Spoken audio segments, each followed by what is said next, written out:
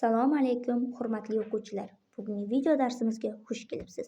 Bugungi mavzumiz ona tili o'qitish maxsus metodikasi umumiy masalalari. Bu mavzu quyidagi rejalarga asoslanadi. Ona tili o'qitish metodikasining predmeti va vazifalari. Ona tili o'qitishning metod va usullari. Ona tili o'qitishda muammolar va ularni bartaraf etish yo'llari. Ona tili o'qitish maxsus metodikasi predmeti ta'lim jarayonida o'quvchilarga ona tilini o'rgatishning mazmuni, usullari, shakllari va vositalarini o'rganishdan iborat. Ya'ni bu fan quyidagilarni o'rganadi.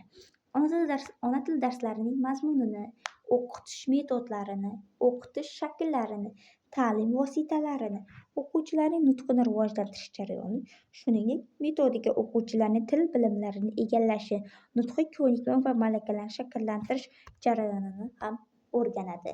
Vazifalariga esa ona tili o'qitish metodikasining asosiy vazifalar quyidagilardan iborat. Ta'lim mazmunini belgilash, o'quvchilarga qanday bilim berilishi kerakligini aniqlash, samarali o'qitish metodlarini ishlab chiqish, eng qulay va samarali usullarni tanlash va tavsiya etish. Nutqni rivojlantirish, o'quvchilarning og'zaki va yozma nutqini rivojlantirish kiradi. Tilga oid bilim, ko'nikma va malakalarini shakllantirish, grammatik, leksik, orfografik bilimlarni mustahkamlash, o'qitish jarayonini tashkil etish, darsni to'g'ri rejalashtirish va olib borish, didaktik vositalardan foydalanishni yo'lga qo'yish, ko'rgazmali qurollar va texnologiyalarni qo'llash, baholash va nazorat qilish, o'quvchilarning bilim darajasini aniqlash va tahlil qilish, ta'lim samaradorligini oshirish, o'qitish jarayonini takomillashtirish va innovatsiyalarni joriy etishdan iborat. Metod tushunchasi. O'qitish metodi o'qituvchi va o'quvchi o'rtasidagi hamkorlik asosidagi bilim, ko'nikma va malakalarini egallash yo'llaridir. Ona tili darslarida metodlar o'quvchilarning nutqini rivojlantirish, fikrlashini faollashtirishga xizmat qiladi. Og'zaki metodlarga esa tushuntirish, hikoya qilish, suhbat, ya'ni bunda savol-javob. Bu metodlar orqali o'quvchilarning nazariy bilimlari beriladi. Ko'rgazmali metodlar.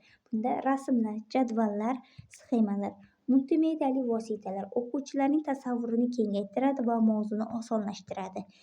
Amaliy metodlar mashqlarni bajarish, matn ustida ishlash, diktant, bayon, insho yozish, olingan bilimlarni mustahkamlashga xizmat qiladi.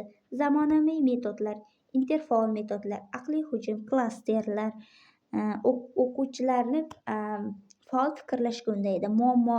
Muammoli ta'lim metodi, muammoli savollar berish bunda olib boriladi, darsni qiziqarli va samarali qiladi. O'qitish usullari. Usul metodning tarkibiy qismi bo'lib, aniq harakatlarni ifodalaydi. Asosiy usullar savol-javob uslubi, taqqoslash usuli, tahlil va sintez, mustaqil ish usuli, o'yin usuli, mashq qildirish. Asosiy muammolar esa o'quvchilarning nutq boyligi yetarli emasligi, lug'at zaxirasining kamligi, fikrni erkin ifoda eta olmasligi, grammatik qoidalarni o'zlashtirishdagi qiyinchiliklar, qoidalarni yodlab olish, lekin amalda qo'llay olmaslik, darslarni bir xil, ya'ni an'anaviy usulda o'tilishi o'quvchilarning qiziqishining pasayishiga olib keladi. O'quvchilarning faolligi darsda passiv ishtirok etish, imlo va yozma nutqdagi xatolar, diktant va yozma ishlar sifati pastligi, individual yondashuvning yetishmasligi, har bir o'quvchining qobiliyati hisobga olinmasligi, zamonaviy texnologiyalardan yetarlicha foydalanmasligi, darsning qiziqarsiz bo'lishi.